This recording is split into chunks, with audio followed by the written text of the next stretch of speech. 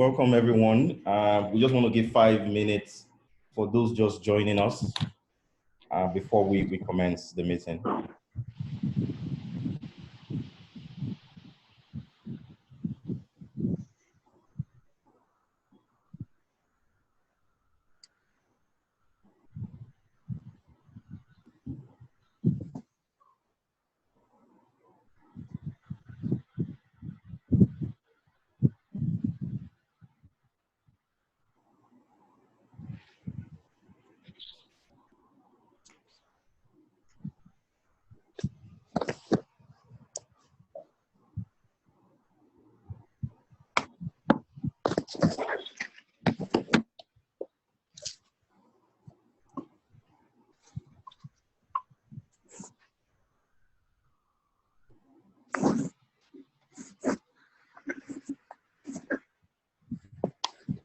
Okay, so we will keep admitting people till 5:30. At 5:30, we'll stop admitting people for this meeting so we can concentrate and take all the questions we have. Welcome once again, everyone. Thank you for joining us. We'll be starting in a few minutes. Please just bear with us.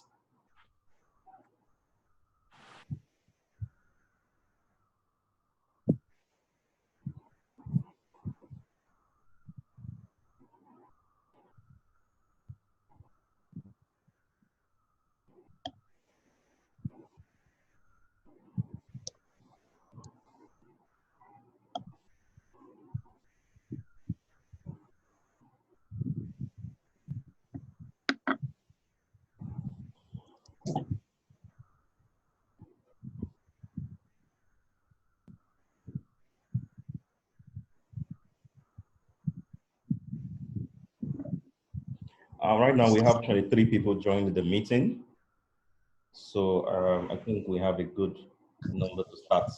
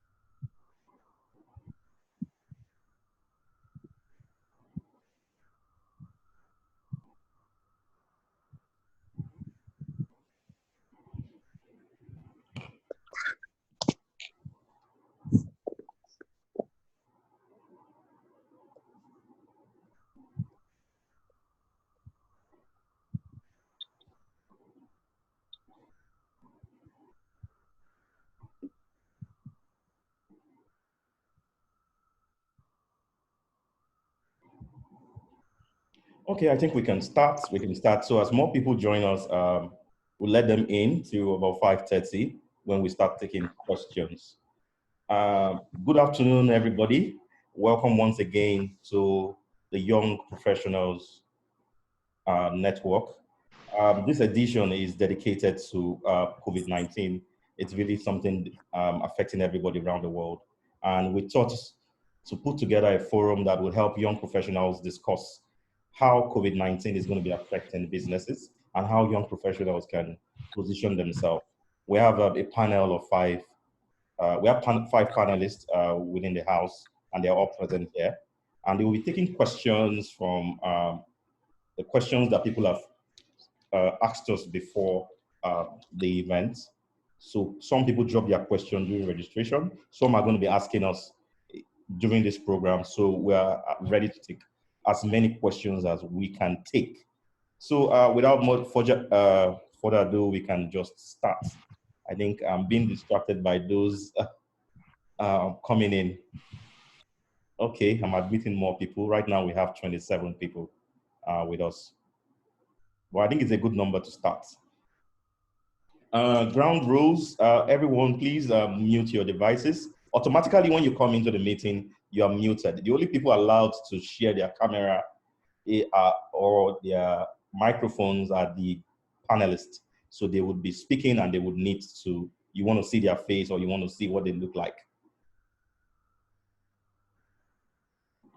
So mute your devices, and also you can put off your cameras. So for network reasons, because that takes a whole lot of your data. So you can put off your camera while on this.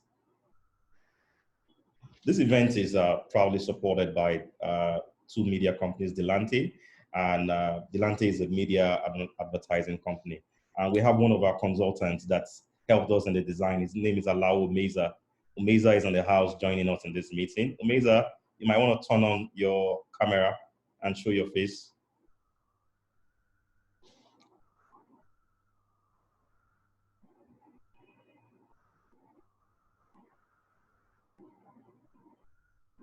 Okay, and we also got a lot of media support from Business Day newspapers. So let's start immediately. This is 5:09. At 5:10, we'll commence with the panelist introductions and start the event properly. So right now we have 27 people. More people are joining us. As they're joining us, I will just take a break from time to time to just recap all what we've discussed and take more questions from the panelists.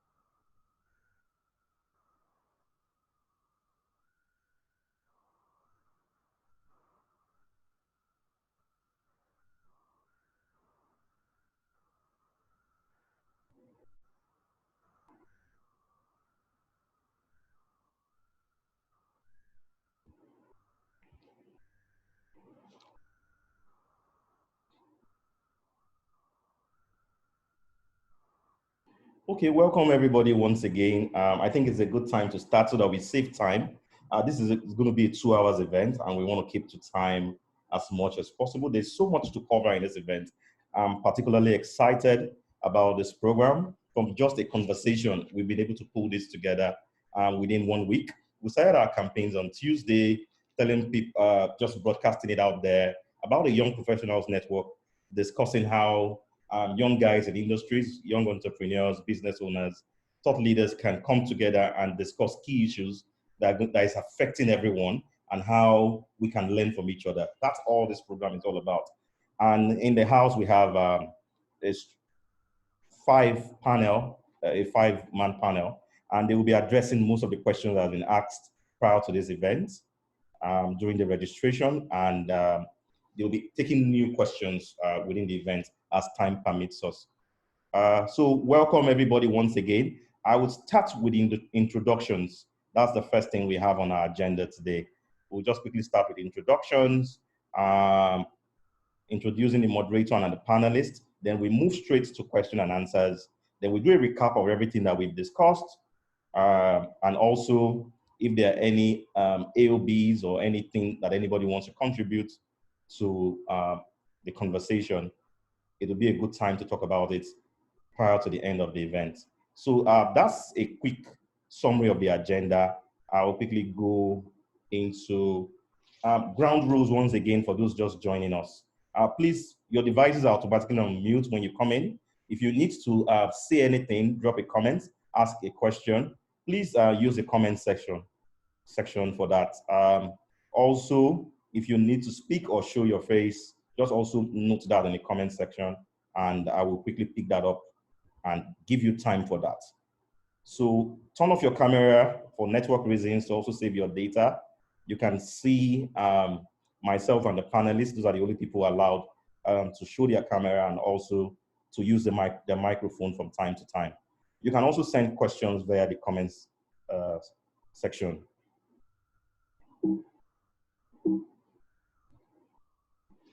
Okay, so let me tell you about the Young Professionals Network. And you're wondering, oh, who are these guys and these new kids on the block? Who are these people?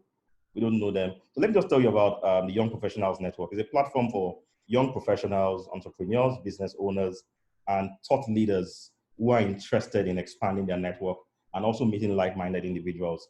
YPPN is a non-profit group founded this year with the aim of supporting our community of young professionals and driving social change. So it's just a group of young business owners, young corporate guys. They're coming together to discuss key issues affecting us. I don't think there are many platforms like this, and we're trying to create this avenue to stir up questions. A lot of people have questions, and this is one of those groups that is doing their best to try to answer those questions and to ensure that young people out there, young professionals out there can come together, network, and solve the problem in our country.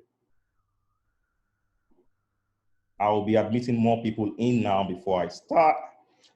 Okay, great. So that's all about the young progressive professionals. The reason why we say progressive is that there are a lot of young people out there that are not progressive. So we want people that are ready to drive change, people that are ready for progress, people that are ready to change the course of activity out there in the society. You know, that's why we would have made it just young professionals, but there has to be some level of courage to want to change the country and also help each other, support each other. So that's the whole essence of the Young Professionals, Young Progressive Professionals Network. So where we can all come together. And this is just the first meeting we are having. We'll be having many more meetings. God willing, the coronavirus thing clears off. We'll even be having physical meetings where we can all brainstorm and really create change. It's not all about, we would have just made this a talk program, but I don't think talk programs are very effective. You just talk and go. But when you can share knowledge, and this program is simply user driven. It is everybody that has registered and asked questions that is steering the conversation for this event. We're not just coming here to talk about our agenda or anything. It is questions that people have asked, things that people have on their mind that we're trying to clarify and also educate or enlighten ourselves.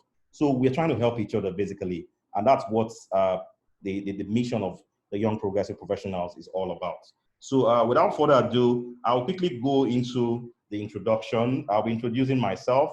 I'll be the moderator of the panel today. My name is Michael. Let me just talk about myself. Let me just read my profile. Okay, Michael is a result-oriented professional with experience in youth marketing, retail banking, marketing strategy, brand management, media planning, business development, and nonprofit management. He's currently the head strategy and growth at Data Science Nigeria, and he has also worked in other notable organizations like Etisalat Nigeria and First City Monument Bank. He holds a certificate in professional marketing from Chartered Institute of Marketing, London, executive masters in project management from CUBE, UK, and a bachelor's degree in biochemistry from University of Benin. In November 2012, Michael was one of the top 50 youth selected across Nigeria to participate in an intensive mini MBA program, Team Venture and Enterprise Management Program at the Lagos Business School, Pan Atlantic University. So thank you for having me in this program.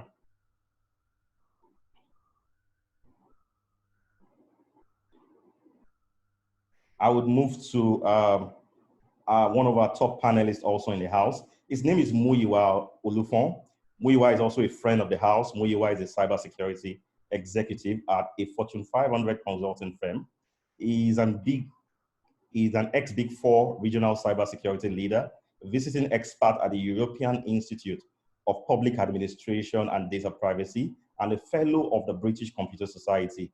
He has held technology leadership roles at a Fortune 500 company in leadership capacity.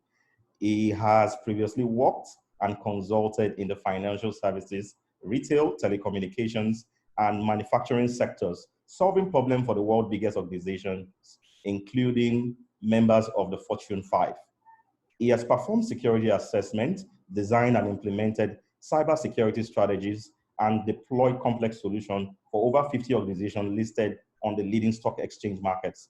Muyiwa holds degrees from University of Worcester, UK, and the University of Portsmouth, UK.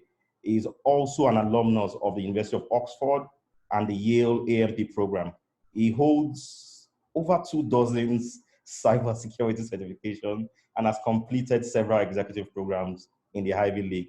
He has worked and studied in Europe, Asia, North America, and Africa. Join me as I welcome Muyiwa Olufon as he joins the panel for today's session. Thank you, Muyiwa, for joining us.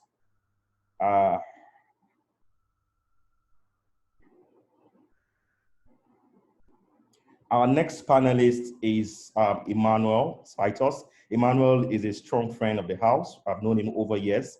Emmanuel is a senior digital transformation consultant at a top 500 Financial Times American company. He has worked and consulted in power transmission and distribution, upstream oil and gas, healthcare, construction, financial services, and data storage technology businesses locally and internationally. He has developed digital strategies for capital project management and controls, improved capital project governance, designed and implemented digital capability transfer and organizational change management strategies.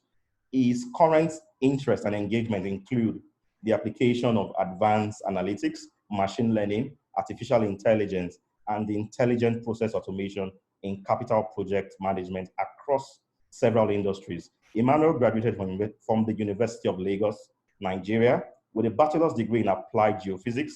He holds an MBA from Hult International Business School, USA, and also a Master's of Science in Energy from Texas A&M University, College Station, USA.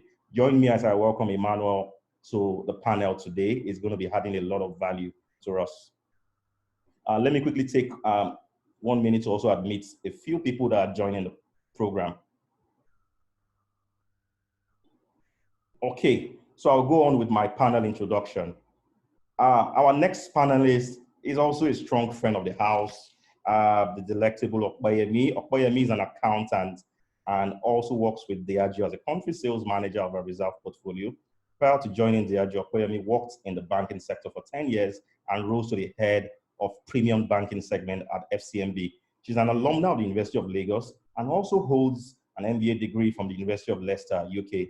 Okpayemi is passionate about the development and economic empowerment of women and sits on the board of several NGOs who are committed to empowering the girl child. She loves to travel and learn about other cultures. Join me as I welcome Okpayemi to our panel session today. Thank you, Okpayemi, for availing us this opportunity and your time. Thank you for having me, Michael. Thank you. I will move to our next panelist. Our next panelist is Tochi. Tochi is also a strong friend of the house. Tochi is an economist and a financial enthusiast, passionate about commerce and the dynamics of the Nigerian economy. She's an alumna of the University of Ibadan and has work experiences spanning across the pensions, investment banking, and the FMCG industries in West and Southern Africa. She currently works as a high-end sales manager at the International Breweries PLC, a subsidiary of Hanusa Butch InBev, KB InBev for short. When she's not working, she enjoys traveling and has dreams to complete the Lagos City Marathon in February 2021. Join me as I welcome Tochi to the house.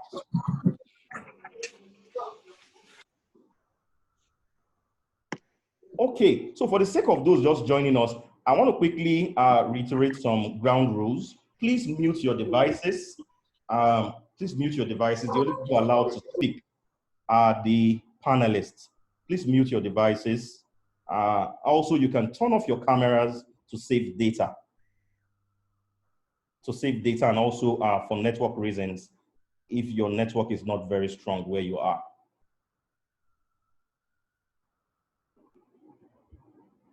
Okay, we have about 43 people already joined us. So let me go on with our final panel introduction. Our last but not the least panelist is Samuel. Samuel Akinloto is also a strong friend of the house. We've known over years. Samuel is a talent acquisition partner with a top commercial bank in Nigeria. Samuel is a seasoned facilitator, internationally certified talent management professional, and a career coach with experience in talent acquisition and management, performance management, learning and development, and employee engagement. He is a human resource professional that has provided people-centric solutions to leading organizations across diverse sectors and industries like FMCG, retail chain stores, hospitality, finance, engineering, professional services, information technology, media, education, agriculture, etc., etc. Samuel has been recognized as a top 150 global HR influencers, top 10 HR professionals in Nigeria, and considered by many as one of the brightest HR professionals in Nigeria. He is the founder and project lead for the Young HR Professionals Network and has competencies in areas of training and development, performance management, customer service and communication, organizational development, recruitment and selection, and talent management. He is a certified member of the Human Resource Certification Institute, Society for Human Resource Management, Talent Management Institute, and Global Institute of Organizational Development Professionals. Join me as I welcome Samuel to the panel, and he's going to be discussing a lot today about a whole lot of things around career and employee-related questions during this COVID-19 session that we have today. Samuel, thank you for joining us and for sparing your time today to be part of this. We appreciate that. Okay, I think we're almost set. Final ground rules, please mute your devices.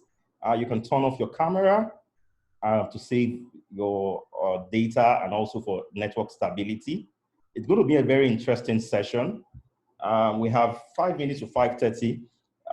So we can just, let me just go over, for the sake of those just joining us, let me just go over the Young Professionals Network and also admit some people that are in waiting.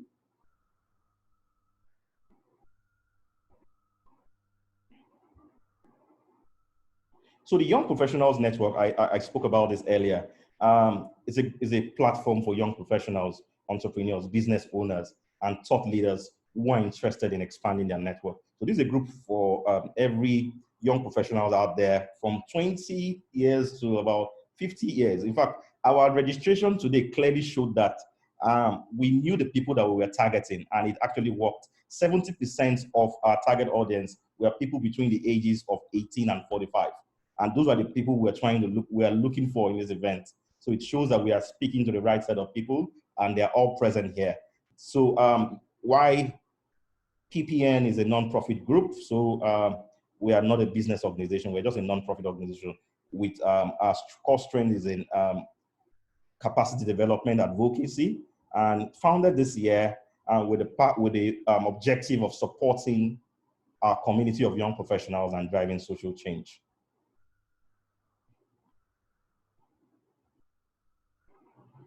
So more people are joining us, so we keep allowing them join.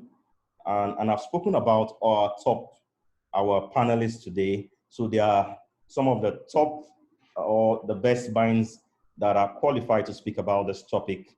And I believe they're going to do justice to every question that anyone has in today's event. They were carefully selected. These are the best set of people that we could find to speak about these issues, and they've willingly volunteered their time, and they are willing to share knowledge, insights, experiences, and their thoughts with us about what's happening currently in the society and how young professionals out there can position themselves to take advantage of the situation and also be ready in case of any challenges coming. You are well informed about what you need to do very quickly. So that's what Young Progressive Professional Network is all about. We've spoken about all our panelists. I'll be the moderator for today. My name is Michael. I'm also being joined by Muyiwa, Emmanuel, Okbayemi, Tochi, and Samuel. Okay, so let's start. Once again, please put your devices on mute. In fact, while we were looking at the questions we got so many interesting questions for this session. In fact, the questions were really deep, and I told the panelists that you guys really need to prepare, that the people that are coming to attend this event are not beans people. They are people that they have strong knowledge and the desire to really learn, or they have deep questions that we really need to answer. So it's not just one of those plenty events you see around. So this is an event that was user-driven. People ask questions, and that is what we are going to be discussing today. We're not coming here with any agenda or trying to cajole people into anything. It's about what's going on. These are questions people have. And the truth is that you are not alone. We all have questions, and we all need forums like this where you have like minds that can talk about these questions. And that's what this forum is all about. So don't think you're crazy for asking those questions. All questions are going to be entertained as long as it remains relevant to the scope of our discussion about business sustainability, economic empowerment, and how young professionals can position themselves to be better during this COVID-19 period, or escape all the forthcoming challenges that are coming. So it's just a way to network and have ourselves get ready for, because there are so many challenges. We've been hearing a lot of things on the news. Banks are downsizing, companies are laying off, airlines are shutting down. You know, you have so many challenges you hear about every day. And the truth is that every day you see the news, you have questions on your mind, you're wondering, okay, what are the people I can discuss this with? So this is a very good forum to entertain all those kind of questions.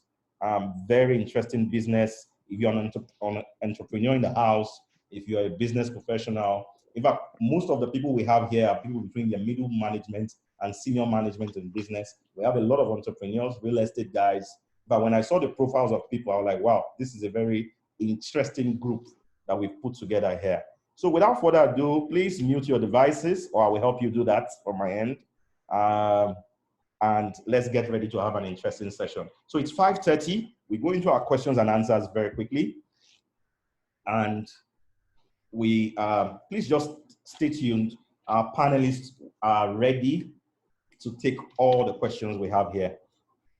Prior to this program, as at yesterday, we had about 32 questions. So we'll be starting with those questions, those 32 questions.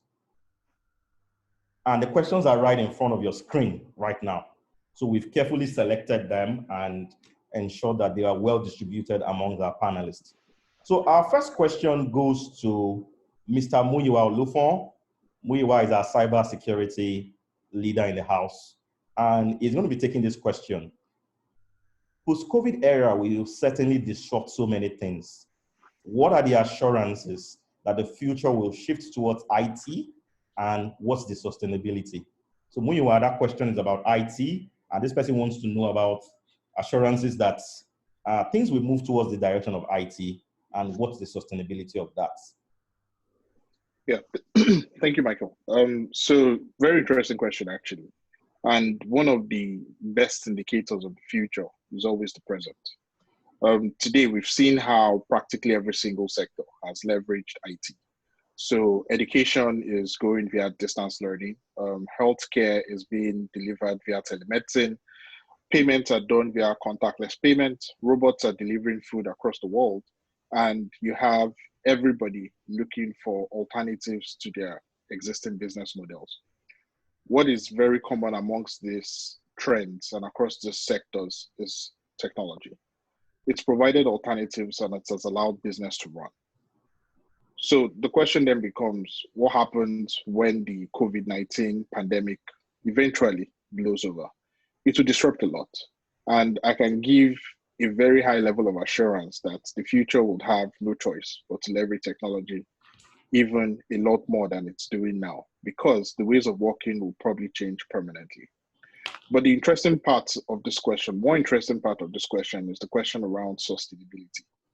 Sustainability is a question that cuts across different areas. Sustainability in terms of how green will technology be? Sustainability in terms of what's the cost sustainability to organizations, and sustainability in terms of will we survive the new ways of working? All of those questions are very interesting. So on the sustainability relating to our environment and the climate and how green it is, over the past 10 years, there's been a very heavy initiative within technology to make sure the technology support infrastructure is very environmentally friendly. In terms of business sustainability, there are 1,001 pieces of research that indicate leveraging digital transformation and moving to a more technology-focused mode of business is actually going to reduce your costs compared to not doing that. We can see that today with organizations leveraging teleworking, reducing costs of electricity in their offices, reducing operating costs that traditionally they would have to onboard if not for technology. Then there's also sustainability in terms of this way of working. Some organizations are beginning to say we can have our employees work from home, and we can have co-working spaces and co-working events probably once a month. So the future will definitely shift and leverage technology a lot more. This event would have probably been in a hall with all of you right there in the audience, but we're having it via Zoom today. So we see practically every sector, literally every sector, having to move towards IT and having no choice but to stay there. Okay, thank you so much, Muiwa. A whole lot of things will shift. This event also was made, we had to improvise. This would have been in a normal traditional hall with hundreds of people in attendance, but technology is changing things. And I believe this will be sustained. And as you said, the future will shift towards technology, and we all have to leverage technology a lot more. Thank you so much for that answer. Our next question, we go to our next panelist, Emmanuel. And this question goes to you, Emmanuel. It says, what strategies are firms most likely to implement post-COVID-19?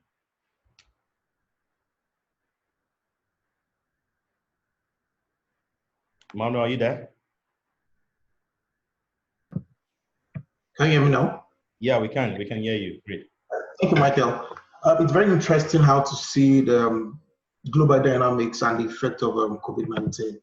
On the grand scheme of things, for companies, the three key things they'll be facing is first, defining new lean business management methods, also ensuring all their business processes are tech-centered, and as well as looking at how well can they define new cost effectiveness. And in a very simple approach, there are four key things any company will want to do. Is either they start something new or stop whatever they've been doing, or they can also try to do more of what they've been doing or do less of what they've been doing. Breaking that down quickly, if they want to start, most people will either start new business or give new business offerings based off of what they're experiencing during this period. For example, the service industry is booming more than ever before, and all tech-centered programs, apps are doing more than they used to do. For example, Zoom didn't give enough room for people for up to 250, but because of more people wanting to go online to organize or do things, they had to extend. So that's an example of how to extend or start new business offerings. Also, we have a lot of companies stopping existing business offerings or services. We're going to see that happen a whole lot once we get to the next phase of bending the curve, as it's said here in the US. A lot of companies are going to stop what they've been doing before and try to redefine their existing process. More so, we have a lot of companies that will do more of what they've been doing.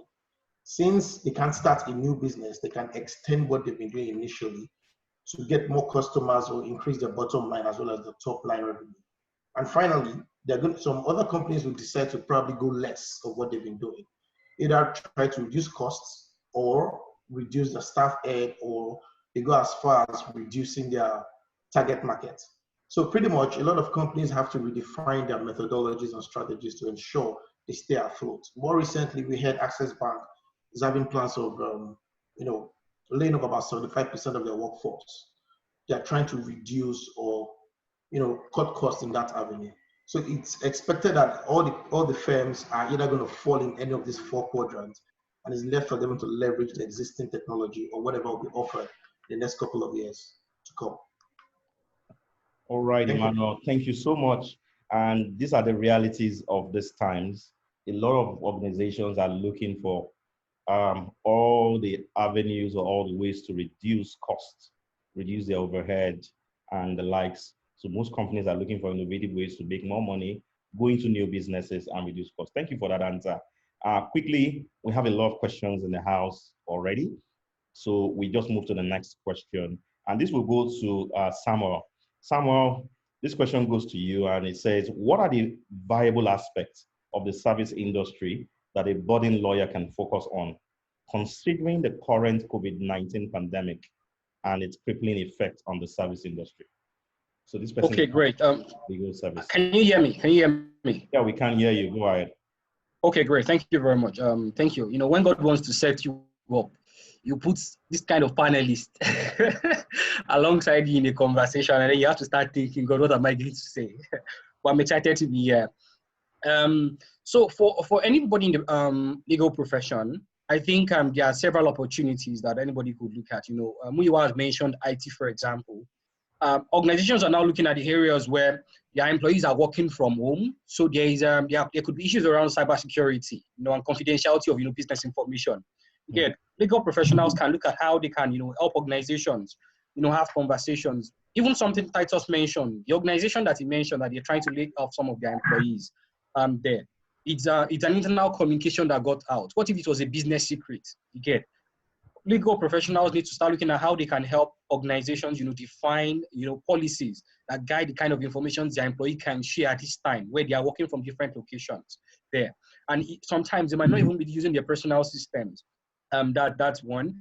Another area I think legal professionals could be looking at is employment, for example, because a whole lot of dynamics will change around employment types at this time, because many businesses will be looking at, okay, I believe there are certain business functions that we don't necessarily have to have on site. Some do not have to come every day to the workplace. So, the employment type, the dynamics around it will change. So I believe playing in that direction to knowing how to advise, HR professionals in organizations, and how to even advise organizations, to avoid litigation at this time, because so many organizations will be laying employees off, and they could face legal implications afterwards. So knowing how to even manage their clients at this time, to help them see through any disengagement they'll be doing, is also very, very important. I think those are just a few things I could mention, that, the COVID-19 pandemic, has brought to the fore when legal professional. All right. You answered that clearly well, like you're a lawyer yourself. I'm sure you got that spot on. So cybersecurity, employee contracts some of them will be challenging their employers to court when they lose their jobs. And those are places where legal professionals should keep their eyes open to take advantage of some of this opportunity. Things are going to be changing. So contracts are going to be cancelled by some organizations, and a lot of times you need lawyers to help you take some of those cases and address grievances. So there are a lot of opportunities that will come up for lawyers in the service industries.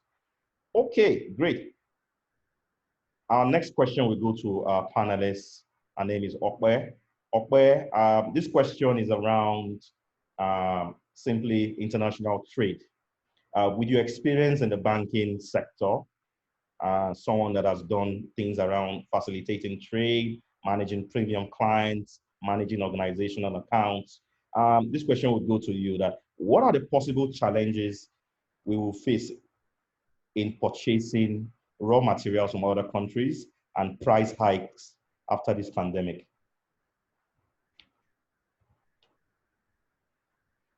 Thank you so much, Michael.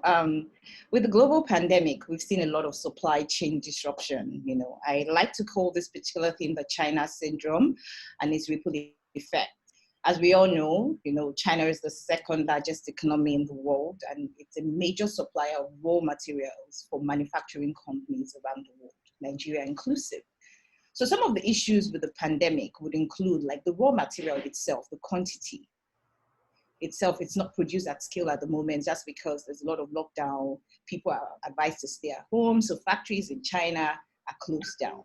And even if they did produce, how are they going to ship this raw material? So you then talk, you factor in shipping. The borders are closed. The shipping industry, according to the international chambers the international chambers of shipping, is losing about $350 million in revenue weekly. Now that is huge. FX is also a big issue and a big problem. That's Nigeria's mainstay, is the price of crude oil, and we know what has happened with the price of crude. It's nosedived. I may even thank for that. We are not a fully diversified economy just yet. And according to the Office of the Accountant General of Nigeria as well, the excess crude accounts balance is at about $71.8 million. The reserves, they keep coming down. It's about 35 billion, even as at the end of March. So we do not have dollars to even throw around like that. And even if we did, the price of dollar is up. So obviously all this would, affect the cost of production. So even the federal government is looking for ways to find sustainable income in terms of, that's why you see there's a lot of increase in VAT and talks like that. So what I expect to see here is that obviously there'll be more ban. Remember the ban list in 2015, there'll be more ban on non-valid for FX quotation. So things that are not necessary will not get allocation for dollars, and even if you do ship, your costs of input, not factoring the cost of production here, NEPA and all of that, is already driven up. Manpower loss, FX costs, and shipments, so the cost is huge. On the demand, there are two sides to this, like I like to say. So the demand side of it, how, the end user would, how receptive are they to your product or services? Unfortunately, they would bear the brunt of the hike in cost of production, which will be passed down to them anyway and will reflect in the price of finished goods and services. But let's not forget the job loss and the pay cuts and the pandemic that comes with this pandemic. Income is challenged everywhere. Consumers will start to seek for bags to buy essentials, they would, and it really depends on the price elasticity of, and the price elasticity of demand for your product and services. The luxury industry, maybe challenge if this lingers. So if your product is mainly luxury, you may need to start to rethink how your business model will accommodate the up and coming, so that you can achieve scale. So my recommendation for this question is prioritize research and development. Everything is changing. You do not know. Pay attention. How these countries who have gone through this post-COVID, how are they adapting? We do not know it all. A school of thought believes that during a crisis, companies who invest in R&D during the crisis come up tops. So I would say re-engineer the whole supply chain now. Do not wait. How do you bring down costs? Do you decide to integrate forward or backwards? There's backward integration where you decide to produce the raw material yourself. Sometimes Nigeria is blessed with natural resources. Do I need to import this? So we need to ask those, important questions. Like I said earlier, the FX ban list, we had things like toothpick in 2015. People would import toothpick, and you'd wonder why, when we can actually locally produce certain things here, and then we could prioritize it, export and then end exchange. I also like to give an example with the hospitals. Like, no one saw this coming. Like, COVID is a real leveler. Even the rich, they're challenged, and they have to use hospitals here. But so that is like a real success story for somebody if you decide to look at the health sector and say, let me fix it, and what point of the value chain can I really, make a difference in Nigeria? So I would say also cut out inefficiencies now. Do I need this space? Do I need this warehouse? Do I need this fleet of cars? Do I need all these vans to deliver? How is my logistics going to impact the cost of production? All of that, you have to just factor your whole, re-engineer the whole supply chain. Accurate forecasting too is also very key. You have to eliminate waste. Business as we know it has changed. So you need to forecast, what is my run rate? What is the demand for my product like? What is, how am I perceived by the consumer? And leverage technology as well to bring down cost. Unfortunately, like the other panelists have said, jobs will go, some jobs will disappear with the use of technology. And then finally, to bring your goods closer to the consumer. You may use technology, so you would see a lot of cuts in A&P. That's also another forward integration where you would obviously eliminate middlemen and, direct to market, direct to consumer. Like I said earlier, invest in R&D, and then don't be afraid to please press the reset button. That's it, and start over again. We don't know it. Things are just unfolding. Thank you. Okay, thank you, Okwe. That was a mini MBA class in supply chain management. Thank you so much. You nailed that in less than 5 minutes. Thank you so much for that answer. In summary, cut out inefficiencies, prioritize R&D, accurate forecasting, ensure you come up with innovative ways in bringing your goods closer to the customers. Thank you so much, Okwe. We move straight to the next question. This will go to one of our panelists, Tochi. Tochi is an economist and also a sales manager. She has, I'm sure she has a lot of interaction with small businesses out there. And this person is asking, can one consider starting a small business after all this is over? What are the options and things to particularly look out for? Thank you, Michael. I'm just checking since my internet's a bit crappy. Can you hear me? Yeah, we can. Okay, perfect. Hi, everyone. Hope you're well and keeping safe. Without further ado, I'll just dive straight to it. So can one consider starting a small business? The reality is that we do know as a result of this pandemic that there will be a shrinkage of the global economy. So we're expecting that there will be a lot of economies around the world will experience a recession. I know we've seen results from the United States and China. China, which was like one of the fastest growing economy in 2019, has now reported a decline in their GDP for the first quarter of about 6.8%. So that's very, very significant. So the truth is, and just as Ope said earlier, given how our country's exposure to the oil sector, we are expecting that we might experience a recession here as well. That said, if you do have the funds and you do have the resources to start a business, I think there are a lot of opportunities that you can indeed take advantage of. One thing we've seen, for example, is the growth of the service industry, I believe, in the last few weeks ever since the lockdown. So Amazon, and this might not be a great example just because they are already a retail giant, but Amazon has employed 100,000 more people just during the space of about 3 weeks. And that's because billions of people are now, stuck at home, and there's suddenly all this demand for goods and services and direct deliveries as well. So Nigeria is a big market for 200 million people. And even after COVID is over, we know that for a while we might be experiencing social distancing. So I would suggest that the logistics or the services, similar services industry is a good place to start. I also know that our government has specific interest in certain areas of the economy. For example, the Bank of Industry recently has created a sort of relief fund for the manufacturing industry. So if you are a contractor, for example, you know that the government is looking to preserve, to a certain extent, the manufacturing industry, the agricultural industry. So if you want to start a certain business, a small business in that line, and you think it'll be viable and you do your research, that could be a good option. The third and final thing I would say in terms of options is just, again, this is a health crisis. So we know that there's increased focus on certain health and sanitary products.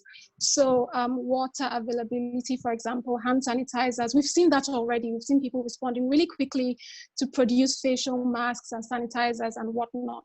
So if you do have the resources and you do your business case and your due diligence and you believe that, it's a viable opportunity, by all means, I wouldn't discourage that.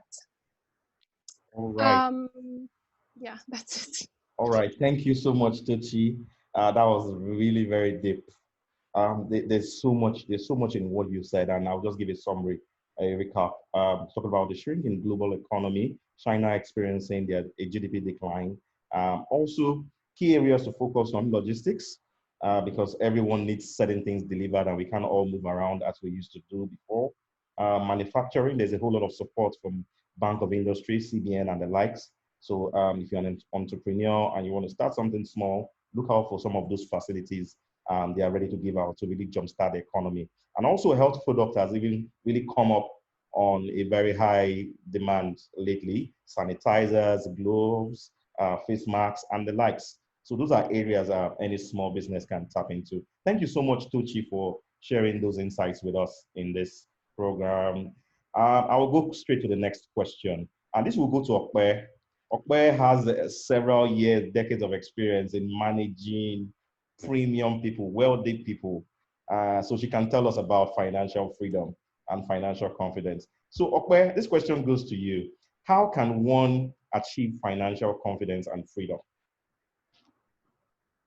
Okay, so basically, very, very, I like to use the analogy of needs versus wants, and I always like to encourage people to separate them. Really, when you go into a store or when you still do impulse buying, do you really need what you are thinking you want to buy, or do you just want it? You need to separate them, and to your own self, you have to be true.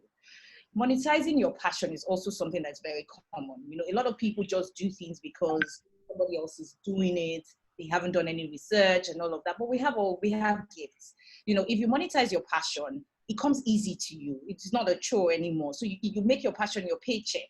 Like with this COVID, We've seen a lot of social media challenges. We've seen a lot of people being very innovative on TikTok. So you might just be the next actress. You might just be the next, you might have it in you. So try your hands on things. You might also be, learning to bake, learning to even farm and all of that. So just try to find out what you're good at and then make it, pay you.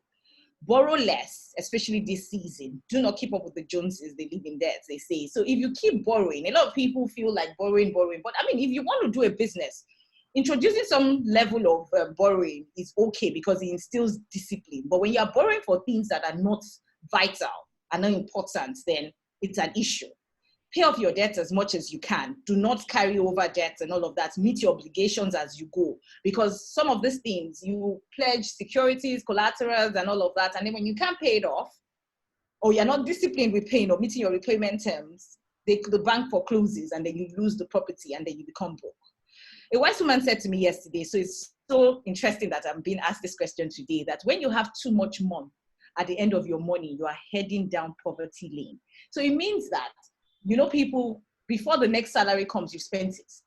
I mean, nobody knew COVID was coming. And a lot of bankers are very guilty of that. I mean, I used to be a banker. So you know that money will always drop at some setting, or people that's 9 to 5, not entrepreneurs. So you just spend against your paycheck that you have not even earned. So that alone is very, very so we need to cut our clothes according to our clothes or size, or how they say it. Well, you know what I mean. So please, just let's be mindful of how we prioritize our needs versus our wants. Thank you. All right, thank you so much, Okwe. So I think this person wants to blow, just wants to hammer. And you've mentioned that strongly. Make your passion your pay points. Come up with something innovative. There are some people that have come out as some of the new sensations on TikTok. From nowhere, we start seeing them everywhere. They're calling them for different gigs and the rest. Okay, so I will just quickly move. We still have a lot of questions to go. Somebody asked a question, how do I start a career in management consulting? So we have someone in the house, Emmanuel. He has worked across several consulting companies. I'm sure he'll be able to share or shed a little bit of light on this. Yeah, thank you, Michael.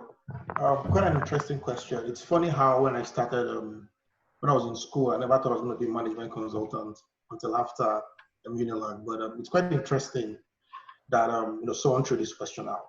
So the key thing is first and foremost, whoever sent this question, you must have had, there's a spotlight, there's a reason you want to be a management consultant. And I usually tell people the first things in management consulting is the soft skills before the technical skills. So if you have, you need to start developing skills like leadership skills, get involved in things that put you in position to grow and lead, support people. Then you need to have exceptional people skills.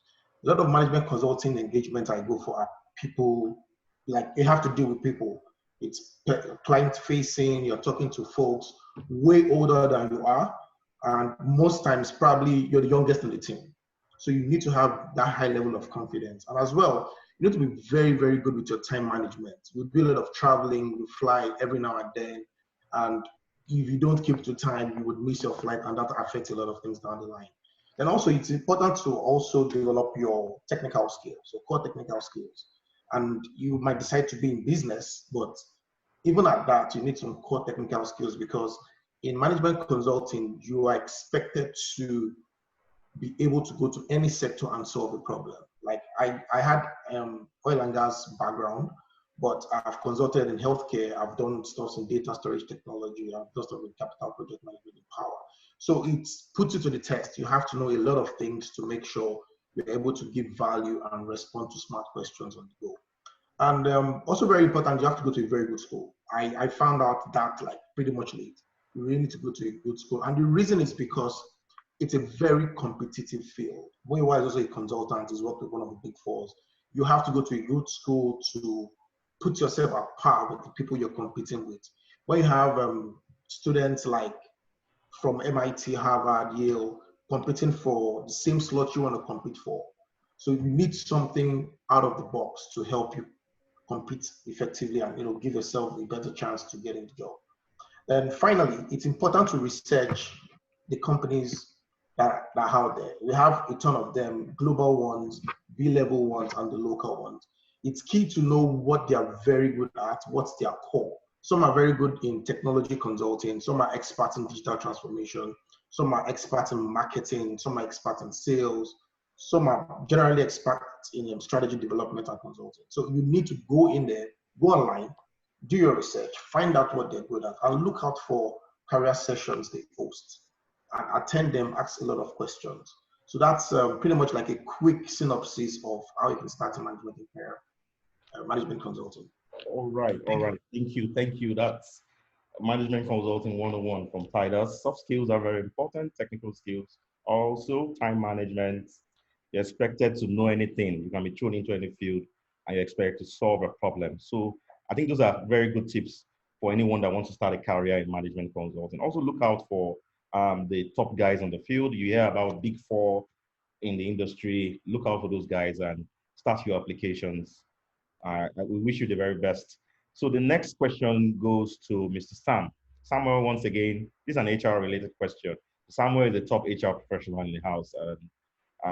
We just want you to just shed more light on how do I grow in the HR industry. So this was a question from someone, and we hope that person is listening. So Samuel, you have the floor. Thank you very much for sharing. With regards to growing, well, I think this is a bit, I'll just make it a bit generic as much as possible. So it does not really have to do with just the HR industry. I believe it's something any other person can use across other industries. So I think the first thing is to know your stuff. When I'm talking about know your stuff, is the expertise required in any profession you want to, be the best at. You have to first of all know the rudiments, what you required, the knowledge and skills required in every industry.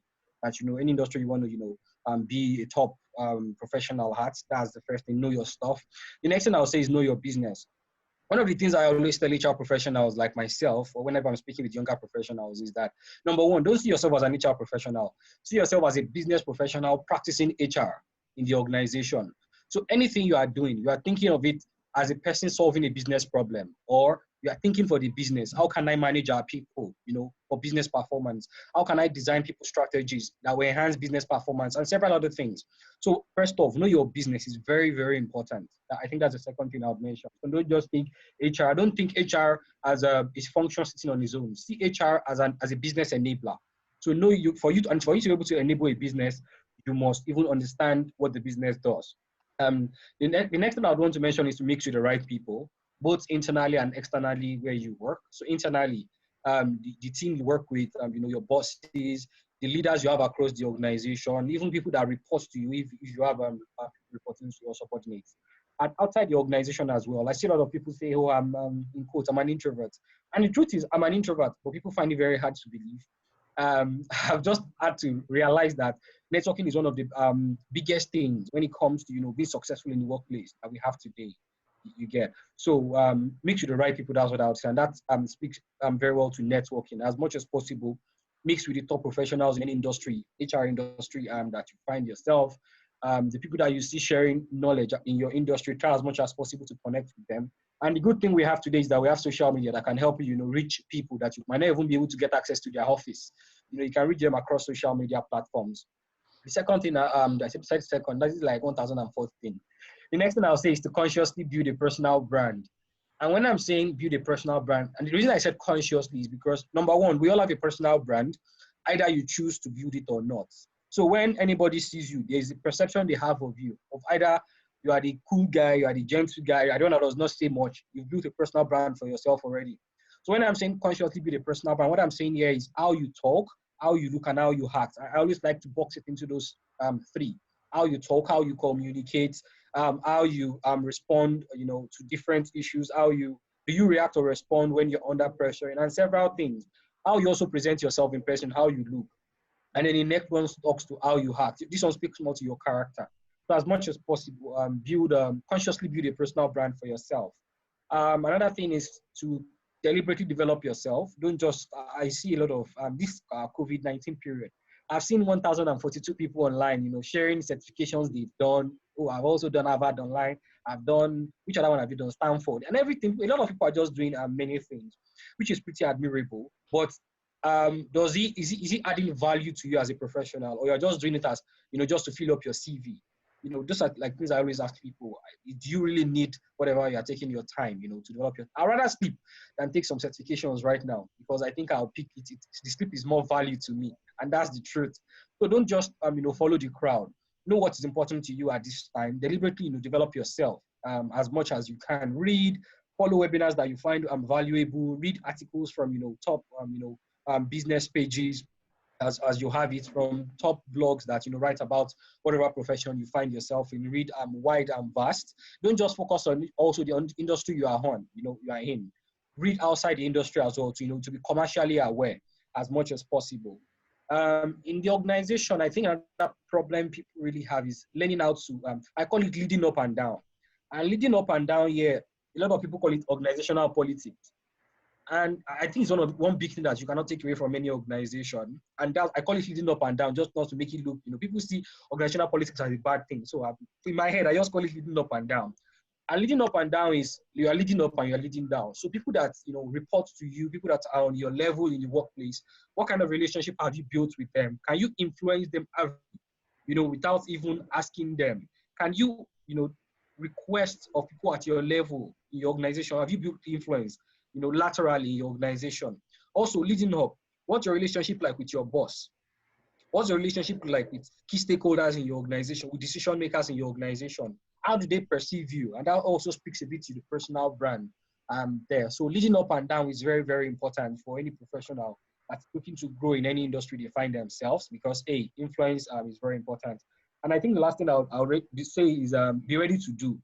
And be ready to do here is taking action. Don't just, learn things and, we are moving away from knowledge economy. It has always been knowledge economy.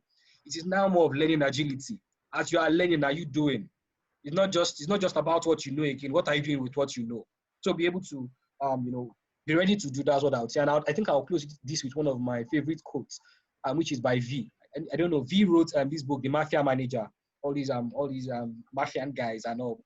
And one of the quotes says that if you are willing to eat a fruit, you must be ready to climb. That's what it means. If you want to get a fruit, you must be willing to climb. So be ready to do. I think I'll just leave it at that.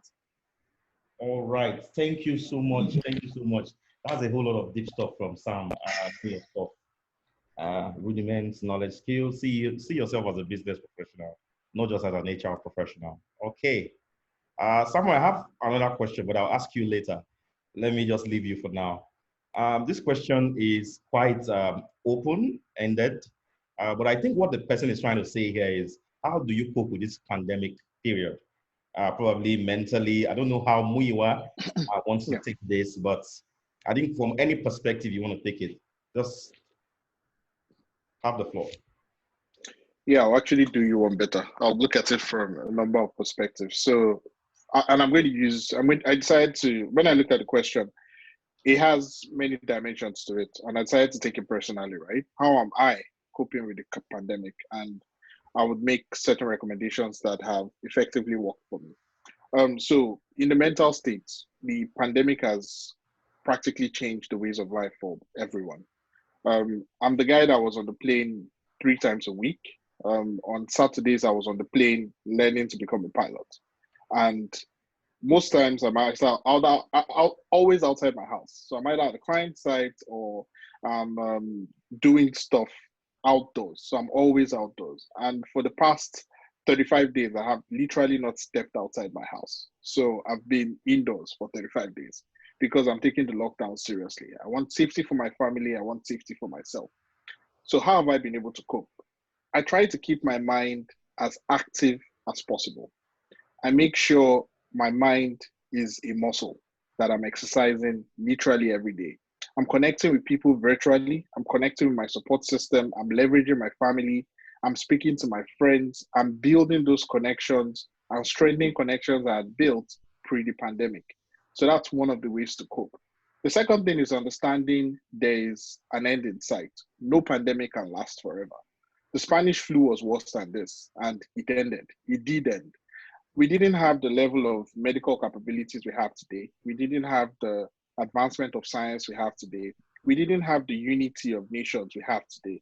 We didn't have the sharing of information we have today, and the Spanish flu ended.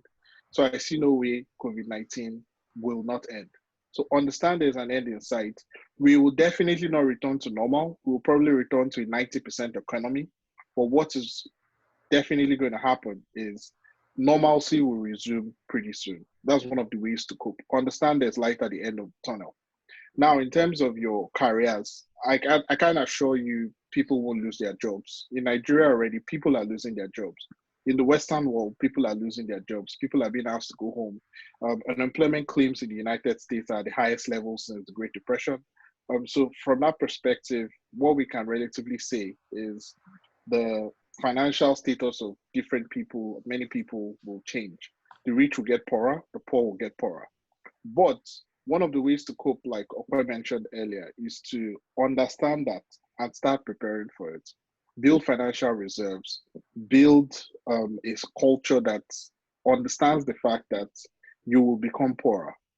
In the scenario where you do become richer, create your reserves. If you're taking opportunity out of the pandemic, make sure you are building financial resiliency.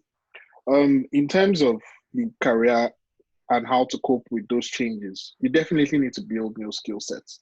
One very interesting thing about the bank that was calling 75% of their workforce, the video mentioned the workforce will be calling as security men, cashiers. They call them non-essential staff. So one of the ways to cope post-pandemic is to become an essential staff, build essential skills that are central to the workings of the sectors you are operating in.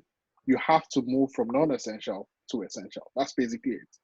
I see a scenario where bank branches would be reduced post-pandemic because the question is we can leverage our digital channels. What happens to those staff that their work is based on physically being present within the organization? So to cope post-pandemic, if your skill set is non-essential, you really need to ramp it up. And there are 1,000 ways, one ways to do that. Education has never been this free. The courses I paid $500,000 for at NIT 2005 are right there on YouTube for free. So you can leverage the digitization the world has gone through to build those right skills. So mentally, leverage your support system, exercise your mind, read a lot, learn a lot, leverage the people you know, make new friends, reach out to new people. Social media is a leveler. The president tweets, the poorest person tweets, and they all have access to each other. So expand your network, leverage your support system. This is the best time for family. I speak to all my family members every single day because I understand how much impact this can provide mentally to individuals. So those are the ways to cope with the pandemic. Those are the ways I have coped with the pandemic. And I hope you definitely cope with it. And when we start returning to normal, we'll all smile and forget this period pretty soon. Yeah. All right. Thank you so much, Muyiwa. I think I picked something from what you said about the rich getting poorer and the poor still getting poorer. You know, this relates to something I heard from Bismarck Rwane about last week when he says the rich will get poorer at a slower rate, while the poor will get poorer at a faster rate. So it's something that is inevitable. And you also gave an advice that if you are also taking advantage of this period to get some more funds or you have some extra cash, make sure you save, make sure you invest.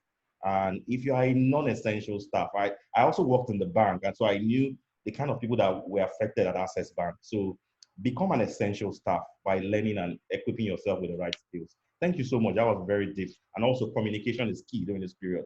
Let's keep in touch with family and our loved ones. It's also very good to keep the conversation flowing so that we can all move ahead of this period. The next question would go to Emmanuel.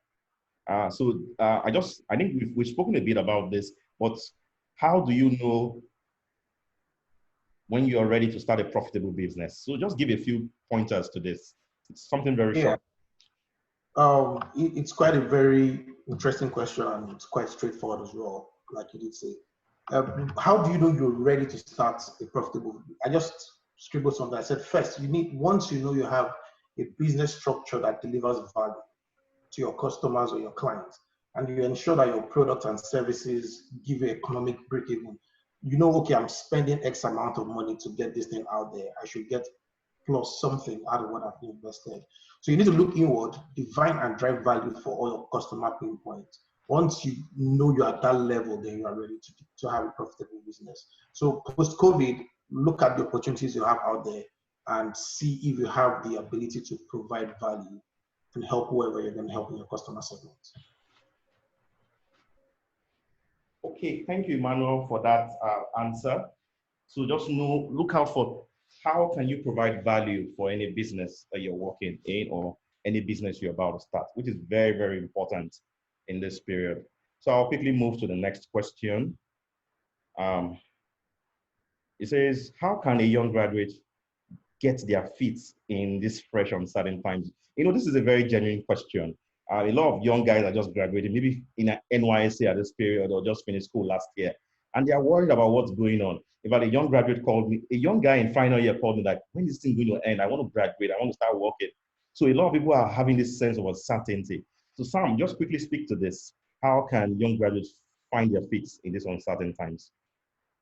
So I believe the most interesting thing about the uncertain times that we are in is that nobody has been through it, at least I've not been through it, except we have some Draculas among us that has been here for a few centuries. Don't mind me. Okay, so it's pretty interesting and for every one of us. But what I think would happen is, number one, employment type will change. Not all jobs will be full-time employment again, definitely. So everyone needs to now evaluate what is changing in the career that they are trying to build, because I believe they're a graduate. There's a high chance they already have a career in mind that they are trying to build. So what is currently changing in that career space? That's what they should first start looking at. If that is changing, what are the skills that are also becoming essential in whatever career they are trying to build?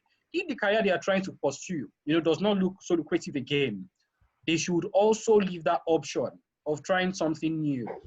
They should always leave that option. For me, I'm not a very big fan of passion when it comes to saying passion, because sometimes passion is not what gets the results. Yeah. So it is going for what really gets the result. Really, if you see that what you're passionate about is not what is getting, it's not going to get the money or get the job, please drop it and go for what gets the result. And you have strengths at. Okay. I think that's the first place. So what is changing? That's the first question we should ask in the industry with regards to the skills out there. So checking that, what is the skills gap analysis? Like doing a skills gap analysis for yourself or the learning gap analysis. To say, okay, what don't I know that has already changed in this industry? So as an HR professional for myself, there are certain things that have changed, even though it has been easy for me to adapt because the organization I work with, we have an agile model. We are thinking 5 years ahead in every of our business functions. So I've been working all through I've been working from home all through this pandemic period. I've had series of interviews. I've had new projects that I've started. And that's because we've had a work from home or a remote work system existing even before now. And it requires me using different digital tools, different softwares. So what are the softwares that, the profession you're trying to get into will prospectively be using in the next 2-3 months? Those are things that we need to start asking ourselves. Some professions before now, they don't even use any video conferencing tool, but they're using it right now. So how are they adjusting with regards to sharing information, working remotely, different people at this time? What are the skills that, people are looking at in the career you're trying to build? And how can you develop those skills? The next thing I would also want to mention is, make yourself stand out. And standing out goes beyond the skills, even how you present yourself, which is something I've mentioned previously. And the last one I would say, yes, as much as you are trying to get a job at this time, it is very, very important that you pay attention to your mental health. As much as possible, connect with family, connect with friends, stay positive. I think that's one of the most important things at this time. Because even if the opportunities are coming, but if you don't have a positive mindset at this time, it would affect how you present yourself. So as much as possible, stay positive, have a positive mental attitude. At this time, I think I'll just drop it at that. All right. Thank you so much. Thank you so much. Things are changing, and young graduates in the house can also take a few pointers from what Samuel has said. So I will move very quickly. Time is running out. This question would go to Muyiwa. And Muyiwa, I know you're very passionate about economic empowerment. This question says, it is obvious that we must start building from the ground up. What industry do you believe will lead to this economic rebuilding? Very interesting question. If there was a right answer to this, I'll probably be playing the lottery because I can see the future. But one thing I can say is there's no single industry or sector that's going to be immune to the effects of COVID-19. Some positively, some negatively. Industries will make decisions that need to focus on immediately reducing variable costs, and they have to focus on their core competencies. And one thing you find out sectors, industries, and the likes will be doing is they won't experiment. They'll basically establish this is what is mission critical, this is what we have to do. And the role of the leaders of those industries become important. But there are two industries currently today that are leading the world, and that's healthcare and technology. You have logistics, you have retail, you have all those other industries driving the current system we have today. But without healthcare finding a vaccine and finding a cure for COVID, and without technology allowing us to have webinars, allowing us to continue driving the economy, there will be no future, basically. So from that perspective, I can tell you it's two. Healthcare, when I say healthcare, I look at biotechnology, I look at all the sub-industries within the healthcare industry and technology. Technology and healthcare will help us build financial systems, will help us build the overall industries over the coming years. All right. Thank you so much. The next question is also a question around businesses. Now you hear about SMEs being the engine room of the economy. This person is asking a question saying, post-COVID-19, what is the panacea for SMEs and economic downfall in Nigeria? So that will go to Emmanuel. Yeah, thank you, Michael. This is very, very interesting, and I have a few things I'll go through to provide answers to this. First, for the SMEs, small businesses, first and foremost, just have to readapt. You have to adapt to the new systems, and it's very key to create unique business improvement specifically for your customers or for your clients.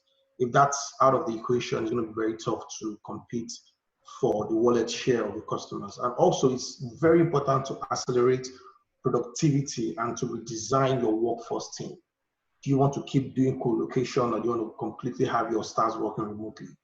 The bottom line is you want to save costs, you want to be very cost effective. So those are the key things that, like those first two are very important for SMEs to think through post-COVID. And also it's important to redesign your business operational plan. Like you have to go digital at this point. You can't risk it anymore. Companies that didn't go digital pre-COVID are struggling to catch up with the race. Now, those that are already there, they're still able to manage and continue working with their teams, with their clients and other contractors, depending on the case. And it's very important to be time sensitive. At this point, a lot of SMEs just keep doing business. They don't have strategic goals. They don't have plans. They're not time sensitive. So post-COVID, it's very important that SMEs need to ensure whatever they're engaging themselves into have their time bound. And for the economy, just quick wins. It's important that Nigeria, in my perspective, have to support major drivers of the economy. We have a lot of deadline giants like the mining industry, the agricultural industry. We've not leveraged enough on our shipping industry. Our gas monetization systems are locked down. So it's important for the government to look back into those sleeping giants and reawaken our possible revenues. And it's important to boost liquidity for vulnerable households. If there's no purchasing power parity from your citizenry, they won't have funds to buy anything. Like in the US, for example, about $2.5 trillion was given out to people and loans for SMEs. Some businesses are beginning to revamp. It's going to take a while. It's going to take some time, but there's something to keep the economy afloat, not just go down the drain. And for government, it's very important to decrease expense as well. They have to look inward and ensure that they redefine their method of running the government and ensure, most importantly, we have too many parastatals. Do we want to shrink them, reduce some, redefine the way they do business and everything? A lot of all these things have to come into play. And it's also important to design, implement, and enforce new payment plans for all the projects the government engage in. Since we need good roads to go to point A to point B, we need good healthcare system. They have to define methods to engage contractors to do things in the society or in the local government level or state. And finally, it's very important to develop local resilience. For the short-term win, for the quick win, the government itself as a parastatal or as a business entity, if it were, Like we have NNPC, for example, they have to develop local resilience. They need to build the internal strength to help drive the economy. And for the long term, we need good governance, obviously. We need to even, we had this conversation, we need to talk about population. How many are we in Nigeria, home and abroad? What do we need to fix power? What do we need to fix in the north and the south?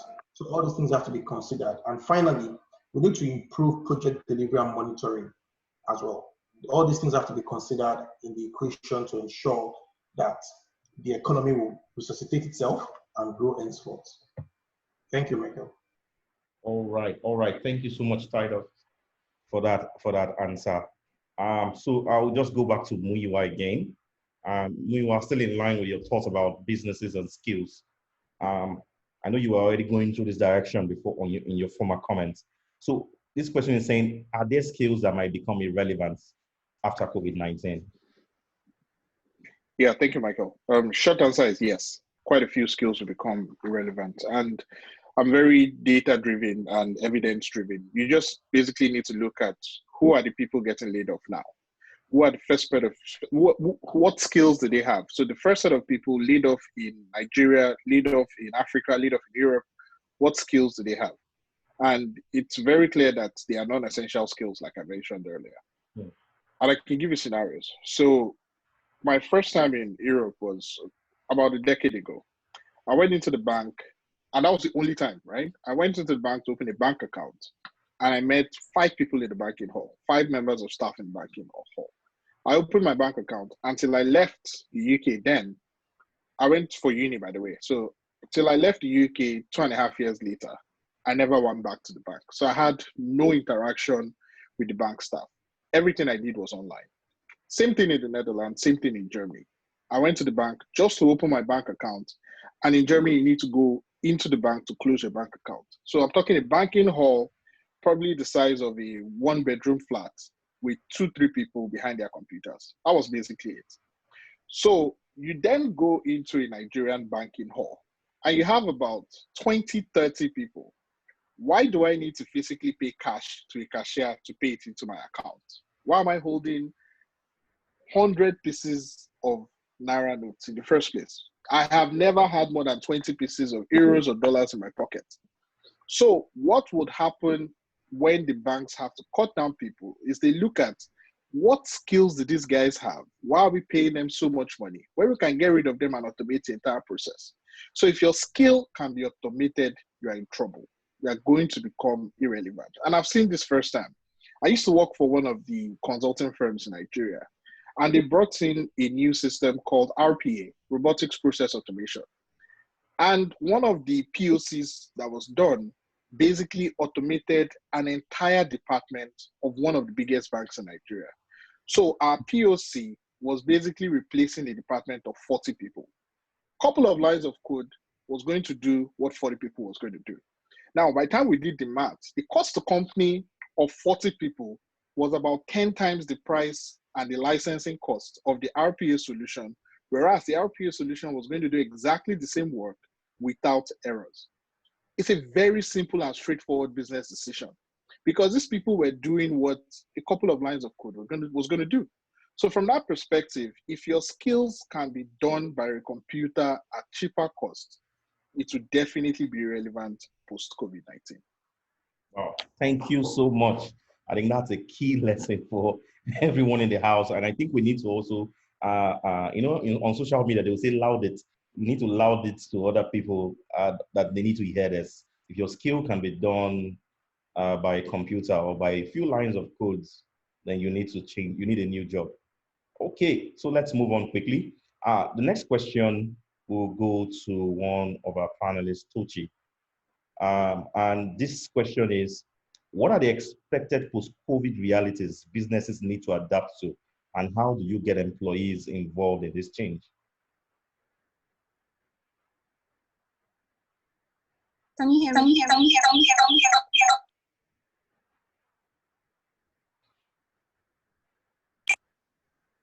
Hi.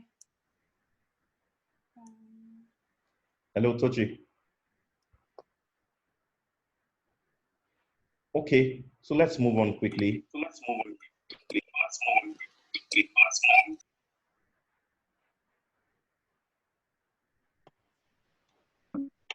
Hi, Michael. Yeah, hi, Tochi. Hi, I'm so sorry. My network is really bad on this end. So just as regards post-COVID realities that businesses will be forced to adapt to, the first thing I said earlier was around, shrinkage in the economy. We don't know how long this will last. We know that governments will try to intervene using tools around monetary and fiscal policies. But even at that, we can expect that there might be, for a while, a general decline in demand of goods and services. So that's a business reality that, we have to come to terms with eventually. The second thing is just around trade dynamics and I guess changes in consumer behavior. Even after COVID, I do suspect that we may have to maintain a certain distance in terms of social distancing.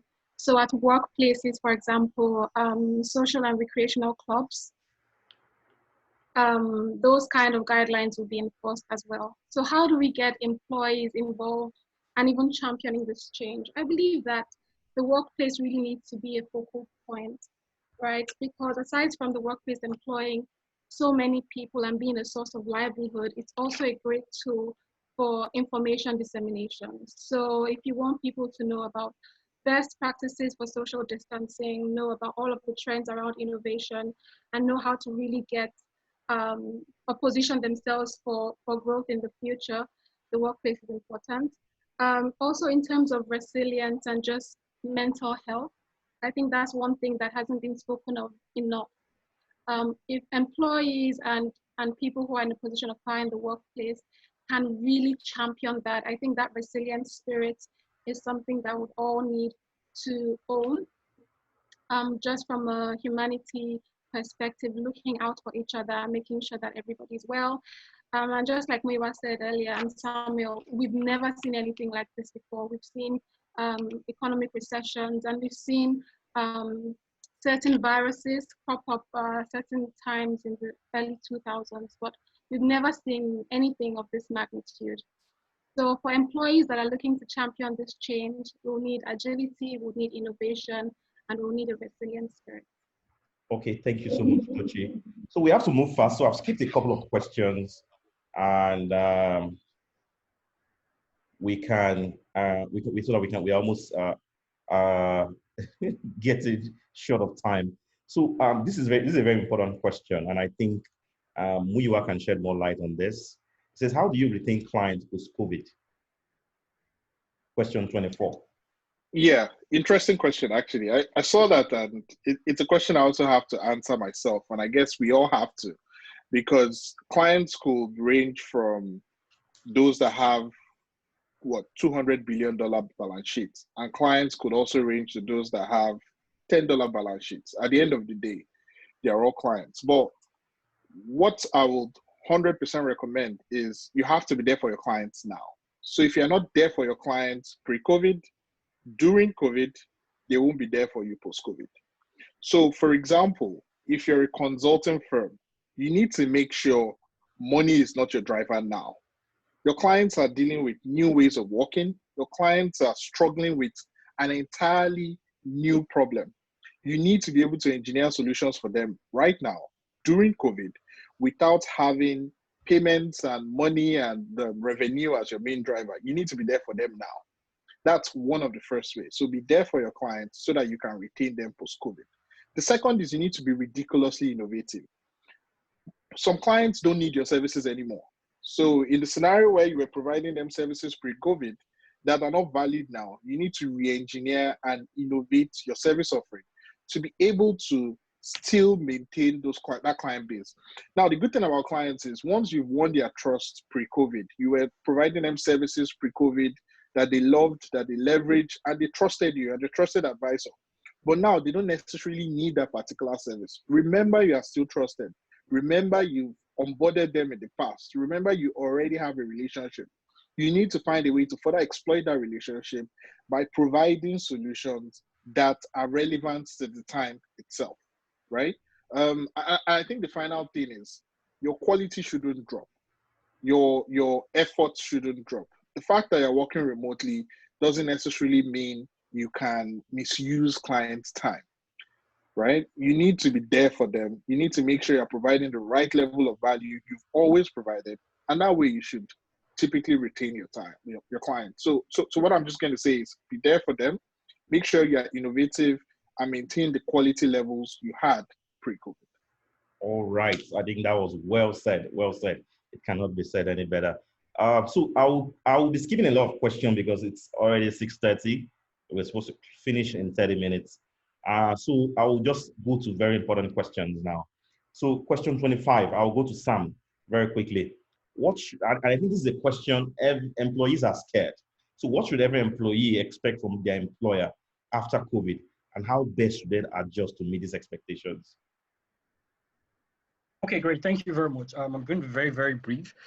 But the thing is that nobody can say this is what anybody will expect from their employer at this time, because even businesses are still trying to see what is feasible post-COVID. So I would say a lot of changes definitely would occur. A lot of requirements regards to skills would happen, and a lot of shift from three angles: the work we do, our workforce. There's a high chance some people will not see their colleagues again at work because some will be laid off, some will probably be working shift, as you may have it, the workforce, and even the workplace. Our organizations will be changing, drastically. I know they've been stabbing the banking sector a whole lot in this our conversation today. And, we have to accept that, yes, a whole lot is going to change in the banking space. And, the idea has to come back towards that banking is now digital, even with the new generation we now have. And these are the things that will be changing in the workplace. The work we do, the workforce, our people, and the workplace itself, how it is structured, the organizational systems and designs that we have. So those are three key things that will change. And, it is dependent on the industry. So I might not be able to give specific examples at this time. However, from my perspective, what employees can do to adjust at this time, I know we've had this acronym before, VUCA, V-U-C-A. So VUCA stands for volatile, U stands for uncertain, C stands for complex, and A stands for ambiguous. I can say these four words really defines what we are currently experiencing in the workplace right now, because things are just changing. Policies are changing every day across the world, as we may have it. So I'll also use the same acronym to say, okay, this I think employees can do. And when I'm saying the V, I'll just say become more versatile. In regards to the skills you have, become more versatile. In regards to the skills you have, your approach towards your career. So for example, if the job you are currently doing looks like it will get automated, how fast can you develop new skills that you can transfer? What are the transferable skills you have that you can use to start another career as soon as possible? If you're a marketing professional and your organization is saying, oh, we might not have to do certain things again the way we are going, we want to go more digital because most of our clients, we are not seeing them at this time. What do you think you can do very fast to fit yourself into the way your organization is going? So being versatile is, I think I would go with the V there. The U, which is uncertain, I would say become more understanding. And becoming more understanding here for me is becoming more aware of also what is changing commercially. In the industry you are in, what is changing there? I think that is very, very important. What are the opportunities, that would come up post-COVID? How can you position yourself for those opportunities? In the economy at large, what are the things that, you think will thrive? Where you are, every other person has mentioned, the health sector, technology, those are the industries that are, thriving at the moment. Will they still thrive? I was telling someone that anybody that goes forward, to go and just invest in maybe health or something that is really thriving at this time, and then post-COVID, everything just settles and all, and then you bought it at very high rates, and then it has dropped. That's a very, very big loss. So you have to also be economically aware. So that's the understanding side of it. In the industry that you are in, even in the profession that you are in, what are the opportunities available post-COVID?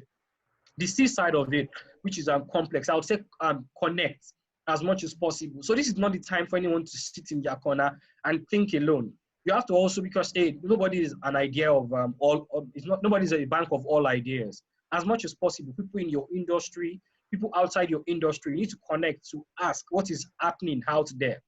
Get as much as possible, network as much as possible this time. A whole lot of us are very close to our devices at this time, our phones, our laptops, because we are not going out. So there's a high chance that it's a very good time for you to connect with people on social media. If you're looking at entering a new industry, entering a new career, this is the right time to message people on LinkedIn, connect with people on social media as much as possible. Ask for informational interviews that can guide you on the skills and things you need to learn. So connect, that's where I'll put the C. And the last one, which is ambiguity, I'll position it as agility. And agility speaks to several things, but I want to focus on learning at this time. How fast are you agile with regard to what is changing? So it's not just for you to identify this is changing, these are the opportunities. What is also your approach towards it? How agile are you going towards it? How well are you, as you are learning, how well are you doing these things? If you are saying, oh, data analytics is what is the new opportunity for you in your career, if you are saying it is technology, how well are you, bringing yourself to the fore? That's what I'm just trying to say with agility there. I hope this helps a bit.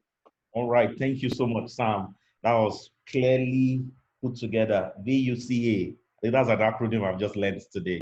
I'm going to be applying that. Thank you so much for educating us with that. Because time is almost gone, so I'm just taking a few questions. So I'll go to 27. This will go to Okwe. Okwe, we want to hear your voice again. So how do I help my organization retain and gain new clients during this pandemic? The very important one. Okay, I think someone had touched on this. I think it was Muiwa, but I will just recap, where he was saying things, and I was jotting as well because I'm learning from this session as well.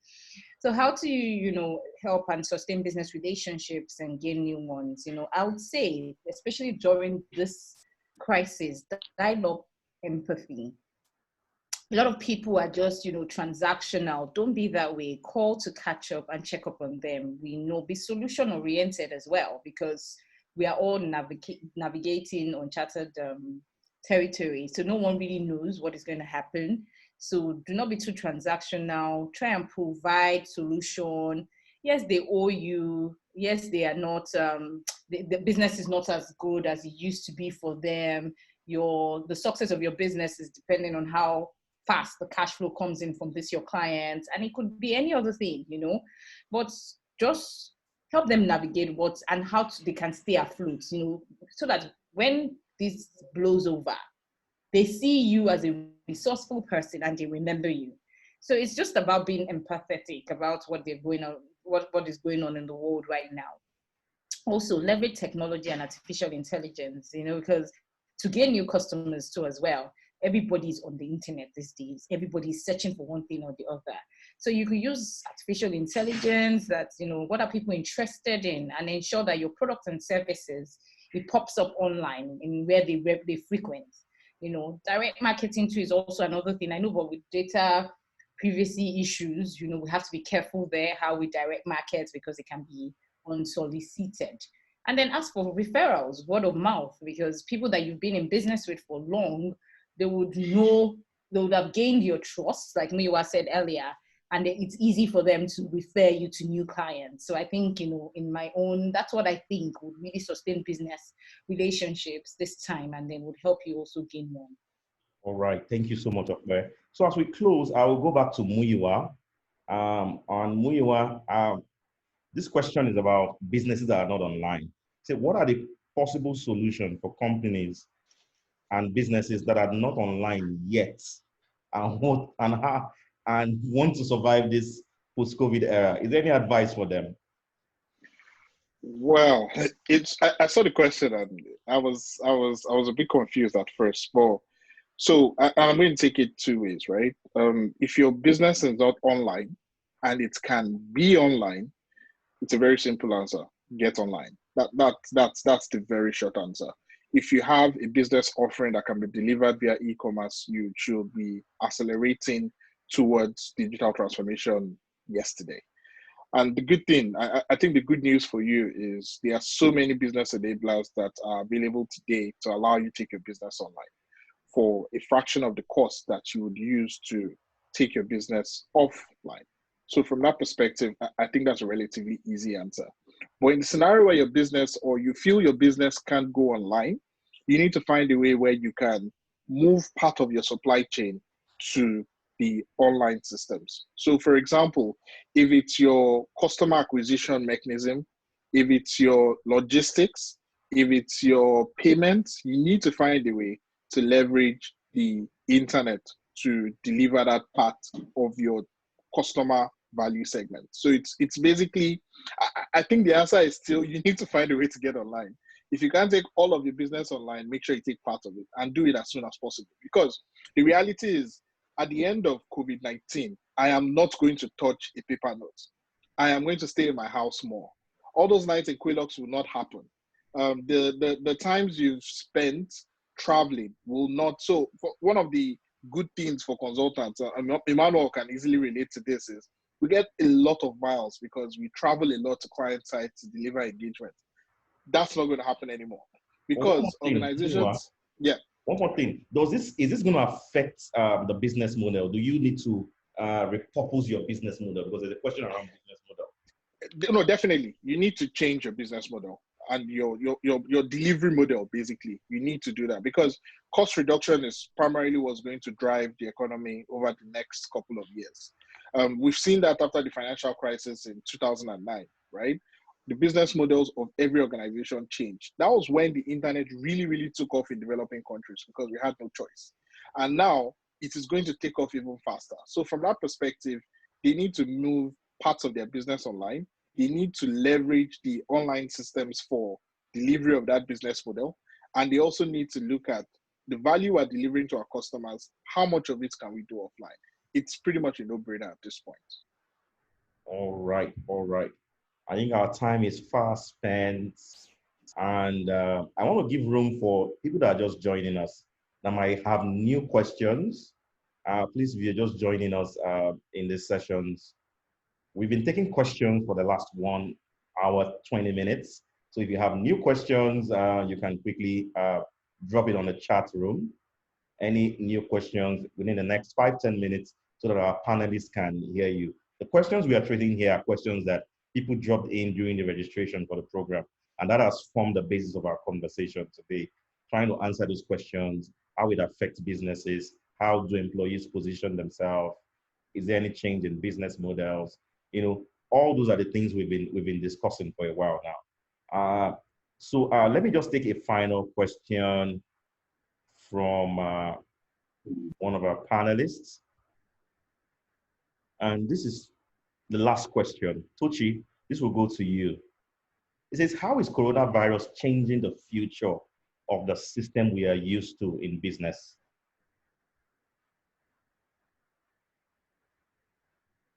Thanks, Michael. That's actually an interesting question. I think is the best way to wrap it up. Can you hear me? Yeah, we can. Please go on. Okay. So as regards the future of businesses, I mean, when we look around us, we can see the impact of the COVID-19 virus, and it's far-reaching, right? So planes are grounded, ports are closed in certain countries. It's definitely not business as usual. But for the purpose of this question, I'd just like to speak directly to industries or businesses that rely on social interaction, because that's something that we might not see happen anytime soon. So if you're like, for example, in the restaurant business or in the cinema business, or you have a golf course, those areas may not open anytime soon. So how do you now engage with consumers? How do you get innovative? How do you connect? How do you sell your products?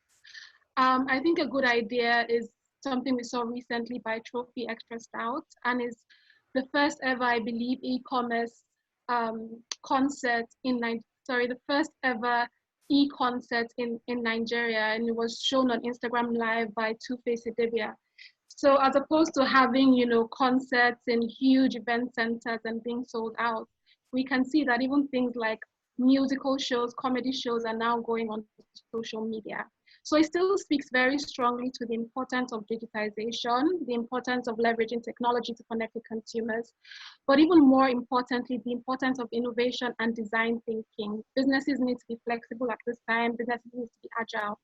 And what I think is most exciting for me is there's a ton of information available now for those who are looking to learn from countries who have progressed further. China recently reopened their economy.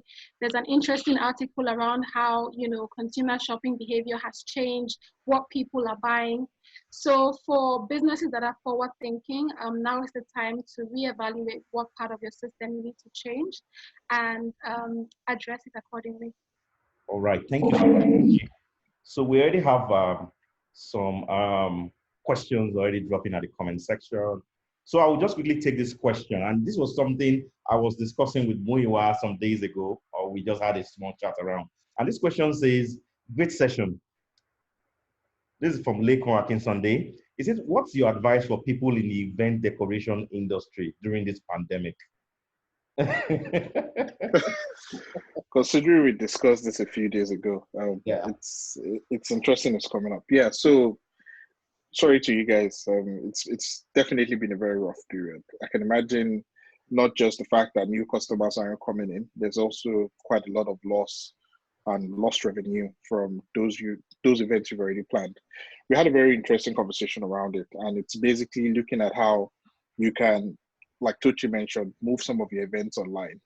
They've been the happiness concert, for example. You have the apps that are being developed called House Party, where you can basically party in your PJs with your friends. So that's one of the things event planners are beginning to do. My very good friend here, Samuel, also came up with the idea that event planners should move their services to the sectors that are currently booming right now. So one of them is the isolation centers, for example. There's an isolation center that was built, very interesting actually, because there was an isolation center built by GT Bank at Unico Stadium. The tents that were used were actually used by an event planner. So the wedding tents that people use, one of the event planners supplied it to GT Bank and basically used her event planning and decoration skills to set up an isolation center. And I was really impressed that this is a very straightforward transference of skills that you typically wouldn't expect from an event planner. Some people are also repurposing their spaces. So if you have a space that was a nightclub before, with the social distancing rules where I have to keep 1.5 meters between the next person, some businesses need a lot more space. So some of them are moving them to the event centers. What's going to happen in Europe, for example, is concerts will have to keep social distancing, meaning those event centers, like the stadiums that have not played soccer matches for months, will be able to provide space where people can actually keep 1.5 meters and still run their course. So it's basically adapting to the current situation. You repurpose, you transfer your skills, the organizational skills of an event planner. I remember my wedding, the event planner, at some point I was wondering who was paying who, because at the end of the day, she organized my wedding so well that I just knew I had to appear that morning. So from that perspective, they're transferring those skills to other businesses, to other events, to other day-to-day activities, and they're leveraging the new way of working. So that's basically what our advice in that regard. All right, thank you so much, Muyiwa. This question very quickly, I know we have 10 minutes to 7 o'clock. Sam, if you can quickly address this. This question is about performance monitoring. You know, employers are worried that these guys are at home. How am I sure they are working? So it's a major issue for SMEs with the trends of remote work. So how do you advise business owners to manage their employees and adapt more profitably to this new change? So I think this would go to Samuel precisely. Or Emmanuel, any of you can just take it. Okay, I think I would want Emmanuel to also share, but I think two things that I would just want to mention on new trends and performance management. Two things is, number one, employee engagement is very important, and employee experience. And when I'm talking about employee engagement here is, people are working from home. You need to consider the fact that the goals or KPIs you might be setting for them, it also has to align with what they also want in regards to employee experience. So I think management by objective will be very, very good at this time, where managers and their subordinates are agreeing on collective goals. Yes, they must be aligned with what the business is trying to achieve. Very important. However, I still believe that there has to be some level of ownership, mutual ownership between the employee and their managers. One, we would definitely cascade it from the business objective. So that's why I'm saying employee experience there. On the employee engagement side is that we need to give continuous feedback at this time. We can't just wait for the old, organizations have the 6-month cycle of performance appraisals. We can't do that at this time because, number one, we are not seeing physically, and people will lose touch when it comes to their level of engagement with their organization because they are not at work at this time and they are not seeing their colleagues there. So probably having weekly meetings would help. Bi-weekly meetings could also be a good one. However, outside the meetings, giving feedback, continuous feedback is very, very important at this time. So if people are submitting projects, if people are giving feedback on the status of their work, don't just hold on to the feedback you can give them right now. So, you can give them in 6 months rather, give them the feedback now as much as possible. So if they've completed a work yesterday, which was Friday, and they are going into the new week, they know the things to do better. So I think continuous feedback is very, very important. It's like watching a football match, and you have to wait till the end of the football match to know the scores. You get? So I think that's performance appraisal. Where you can see the score as you are progressing, you know the kind of effort to put in, to get better. I think those are the two things I would want to add. If Titus Thank you, Sam. Thank you so much. I think Titus, Emmanuel, can you just share how consulting companies, I know consulting companies use a whole lot of tools for tracking performance and tracking time. So you can just shed more light. Yeah, so currently it's very funny how I'm actually working on something like this right now. So what we're doing for most of the clients we're working with is we're developing new solutions where if you're using your laptop to work, there are bots we're developing to measure your screen time. And we're also developing a web metrics to look at how well you're using your computer.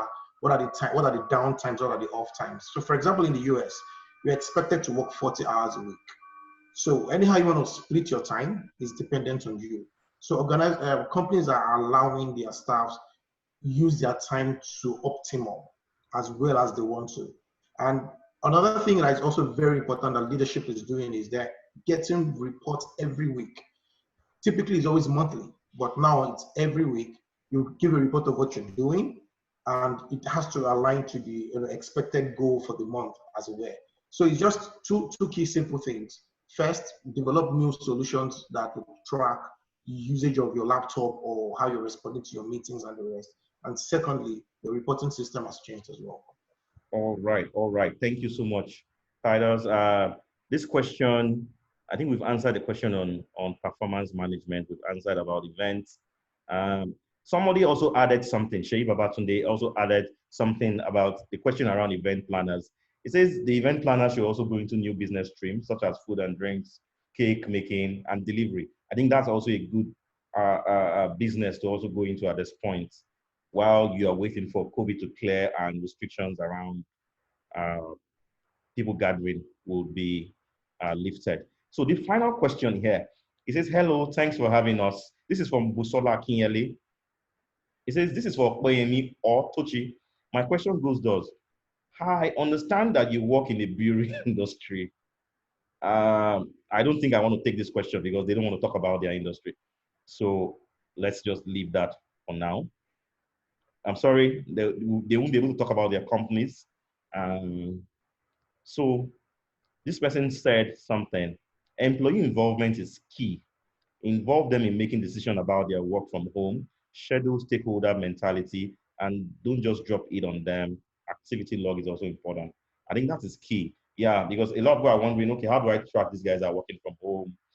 Just having regular conversations, having regular meetings every morning, check up on what the line managers, that's their duty, to check up on what people are doing from home. And we can start tracking performances by the deliverables they do every week. In my organization, we submit timesheets, and you don't want to miss that every week. So everything you did during that week, it's automatically recorded, and you share your timesheets with your line manager. So those are the key tips I think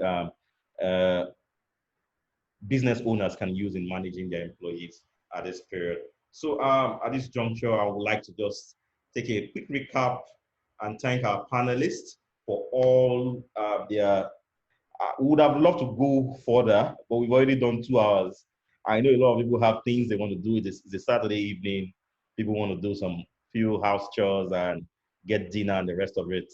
We would have loved to go further, but we promised to keep this under 2 hours, and our time is almost up. So thank you for joining in. Thank you for sparing your time out of this weekend. We've discussed a lot, and I've really learned a lot. I learned a lot from Sam, from Muyiwa, from Okwe, from Titus, Emmanuel, from Tochi.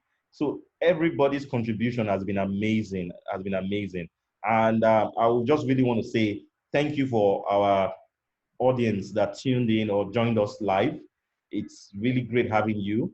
If you guys were not here, we'll have just been talking to ourselves alone. But thank you for having us and thank you for joining in. And finally, um, you can join the conversation. So the Young Progressive Professional Group is on social media.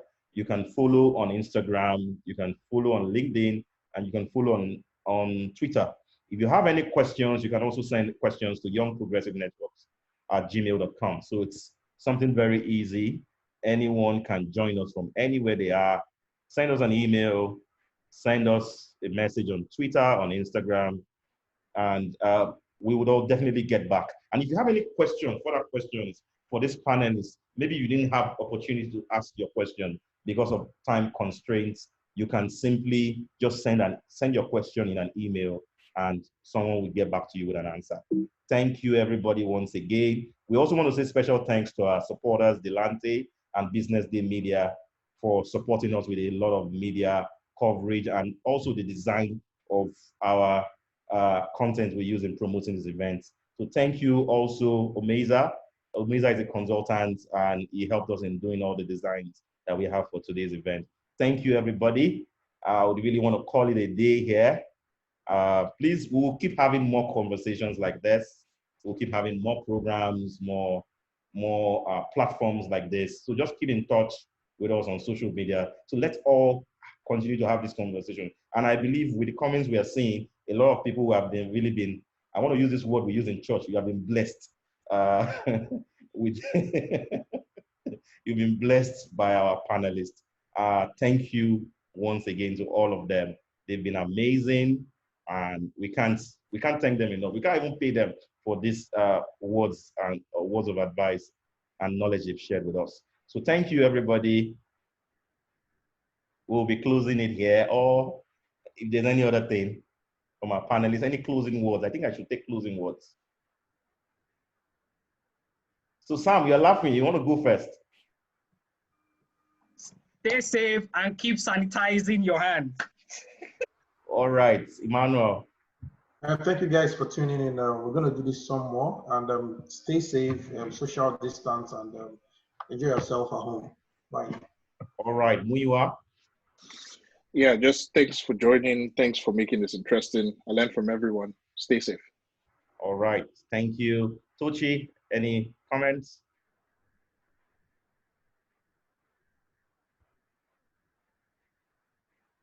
Okay, Okpe, are you there? You want to just give a final word?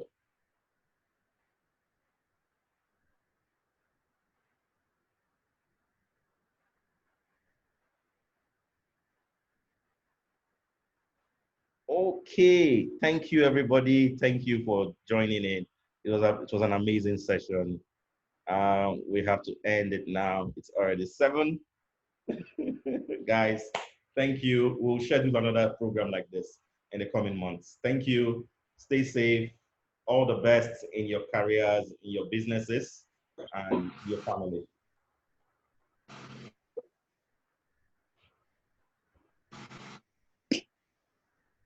Yay, session is over.